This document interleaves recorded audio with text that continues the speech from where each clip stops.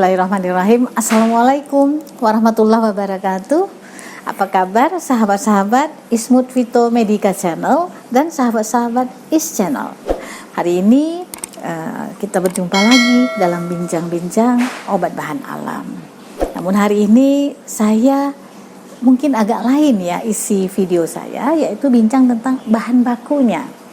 Ada permintaan dari beberapa sahabat untuk saya membahas beberapa bahan yang digunakan di dalam industri obat bahan alam. Hari ini saya mengajak teman-teman untuk bincang-bincang sebentar tentang meniran ya, supaya nggak penasaran karena banyak yang tanya tentang meniran itu seperti apa sih Bu?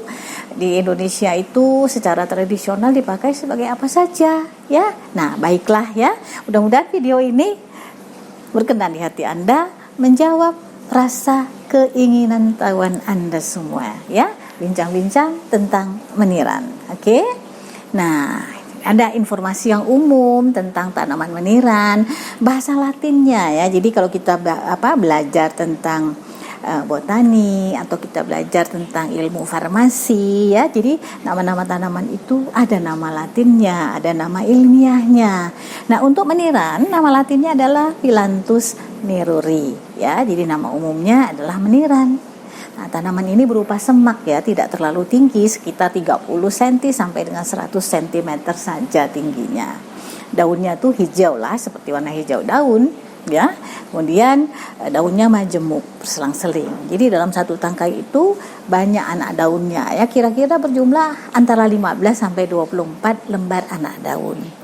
Bentuknya bulat telur ya, panjangnya sekitar 1,5 cm untuk satu anak daun, lebarnya sekitar 7 mili. Nah, jadi gambarnya seperti ini ya. Jadi slide saya yang pertama, inilah gambar daun meniran yang sering kita gunakan di dalam obat tradisional Indonesia ya. Baik ya, lanjutnya lagi, mengapa sih meniran itu digunakan di dalam obat bahan alam, obat tradisional atau obat herbal atau apapun lah namanya yang kita pakai? Karena tanaman ini kaya dengan senyawa bioaktif ya. Di sini saya sampaikan ada tidak kurang dari 9 yang saya sebutkan di sini, 9 kelompok senyawa. Sebenarnya di luar ini masih banyak lagi kelompok senyawanya. Ada kelompok senyawa lignan, ada terpena ya, ada kelompok flavonoid. Nah, ini sering kita sebut nih flavonoid, ada kelompok lipid, ada kelompok benzenoid, ada kelompok alkaloid, ada kelompok steroid, ada kelompok alkana, dan lain-lainnya juga dia mengandung vitamin C, tanin dan juga saponin. Jadi teman-teman sekalian, begini kayanya ya dari kandungan senyawa bioaktif di dalam meniran. Jadi kita nggak heran ya kalau meniran itu sering sekali ya digunakan di dalam obat-obat bahan alam sebagai bahan bakunya.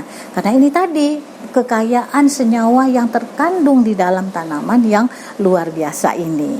Nah, jadi senyawa bioaktifnya itu di sini saya ingin sampaikan 2 yang pokok dari yang 9 itu tadi, yaitu flavonoidnya sebagai antioksidan dan anti neoplastik, serta taninnya yang dapat menghambat aktivasi enzim polimerase DNA dari suatu virus, yaitu virus Epstein-Barr. Virus ini diduga ya oleh para peneliti sebagai penyebab kanker getah bening. Nah, jadi makanya saya dari yang 9 tadi saya kelompokkan menjadi 2 yang utama, yaitu flavonoid dan tanin. Ya, mudah-mudahan ini teman-teman bersemangat juga ini untuk mempelajari atau mengambil informasi yang bermanfaat dari tanaman meniran ini. Lanjutnya, baik teman-teman ya, tadi saya sudah menyampaikan kepada teman-teman banyaknya jumlah senyawa bioaktif yang terkandung di dalam meniran. Lalu saya tadi mengkhususkan kepada 2 senyawa bioaktif, yaitu flavonoid dan juga tanin. Nah, untuk senyawa-senyawa bioaktif itu apa sih yang dilakukan? Aktivitas apa yang dilakukan oleh meniran sehingga dia mampu dipakai untuk mengatasi penyakit kanker. ya, dan beberapa penyakit lainnya. Nah, di sini pertama ada informasi bahwa meniran itu berperan melakukan blocking pada pathway siklus hidup sel kanker. Ya, jadi ada yang dia lakukan terhadap siklus hidup sel kanker sehingga meniran dapat digunakan untuk obat membantu penyembuhan kanker. Ya. Nah, kemudian meniran itu juga menghambat senyawa kunci. Senyawa kunci apa? Senyawa kunci yang berperan dalam proses pengaktifan beberapa faktor pertumbuhan sel kanker. Ya. Jadi dia dapat menghambat produksi senyawa kuncinya sehingga pertumbuhan sel kanker itu dapat ditekan. Kemudian meniran itu juga menekan dan menghambat proses angiogenesis sehingga dapat mendorong ya apoptosis sel kanker. Nah, kemudian dalam beberapa studi hewan, ya, studi yang dilakukan terhadap hewan, ekstrak meniran itu bermanfaat menghentikan atau menghambat mutasi sel, ya, termasuk sel-sel yang mati, ya. Ini dalam hewan. Ya. Tapi ada informasi ini berarti ada aktivitas seperti ini. Kemudian ada lagi satu penelitian lain yang menunjukkan bahwa meniran itu mampu menghambat beberapa proses enzimatis yang berperan dalam replikasi dan pertumbuhan sel kanker. Ini keistimewaan dari meniran yang sangat penting untuk kita ketahui. Nah, dengan aktivitas farmakologi yang sebegitu hebatnya, lalu kita dapat memanfaatkannya sebagai apa gitu ya. Jadi sebagai antiinflamasi atau anti radang, sebagai antibakteri, sebagai anti jamur, anti hepatotoksik, ya. Kemudian untuk juga mendetoks liver yang sakit, ya, juga meningkatkan sistem kekebalan tubuh. Tapi tidak hanya sebagai meningkatkan sistem kekebalan tubuh, tetapi senyawa flavonoid yang berada di dalam meniran itu dapat menyeimbangkan sistem kekebalan tubuh kita sehingga tidak terlalu rendah dan juga tidak terlalu tinggi. Nah, juga dia digunakan ya sebagai pendamping terapi tuberkulosis serta dapat digunakan untuk menyembuhkan luka. Nah, ini jadi banyak sekali ya aktivitas farmakologi dari meniran yang dapat kita manfaatkan ya dalam dunia pengobatan. Nah, kalau kita melihat sedikit ke belakang pemanfaatan meniran di dalam obat tradisional Indonesia sebagai apa ya?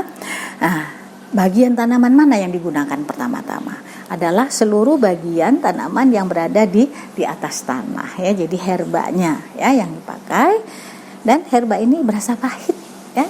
Secara tradisional ya, meniran ini digunakan untuk mengobati gangguan haid, sebagai obat ayan, malaria, tekanan darah tinggi, sembelit, dan juga pembersih darah serta lain-lain. Nah, informasi ini dapat teman-teman cari di beberapa literatur yang menggambarkan bagaimana pemanfaatan meniran di beberapa daerah di Indonesia ya, karena dipakai di beberapa tempat ya, tidak hanya di misalnya di Pulau Jawa, di pulau-pulau yang lain pun ada obat tradisional yang menggunakan meniran sebagai bahan baku atau bahan aktifnya ya. Jadi luar biasa ini meniran. Nah, bagaimana kita dapat memanfaatkan meniran ini di dalam industri? Ya, di dalam industri obat bahan alam diterapkanlah penerapan teknologi yang sesuai, terutama teknologi ekstrak. Mengapa teknologi ekstrak itu penting? Karena itu tadi, zat-zat bioaktif yang terdapat di dalam daun meniran itu kan harus kita ambil, ya, kita ambil itu dari bahan bakunya sehingga dia dapat dijadikan bahan obat ketika sudah berupa ekstrak. Ya, jadi tidak semua ampasnya ya kita pakai, tapi yang kita ambil, kita manfaatkan untuk industri adalah ekstraknya, ya. Dengan menerapkan teknologi ekstrak yang sesuai, kita dapat melakukan seleksi terhadap senyawa-senyawa bioaktif yang dibutuhkan sesuai dengan tujuan pengobatan yang hendak kita lakukan, ya. Jadi begitu kaya. Mari kita memperdalam informasi, ya, mau mencari lebih jauh informasi tentang meniran dan juga tentang obat-obat bahan alam lainnya, bagaimana dia digunakan sebagai obat tradisional, artinya berbasis tradisi, dan juga bagaimana dia digunakan, dimanfaatkan untuk menjadi obat hasil industri, ya, dengan penerapan teknologi dan sains yang memadai, yang sesuai dengan kebutuhan industri tersebut untuk tujuan pengobatan manusia. Nah, demikian teman-teman informasi ringkas bincang-bincang kita hari ini tentang meniran. Harapan saya semoga bincang-bincang ini bermanfaat untuk kita semua, ya. Sampai kita berjumpa lagi, ya, pada video yang akan datang. Terima kasih sudah menonton video ini. Assalamualaikum warahmatullahi wabarakatuh.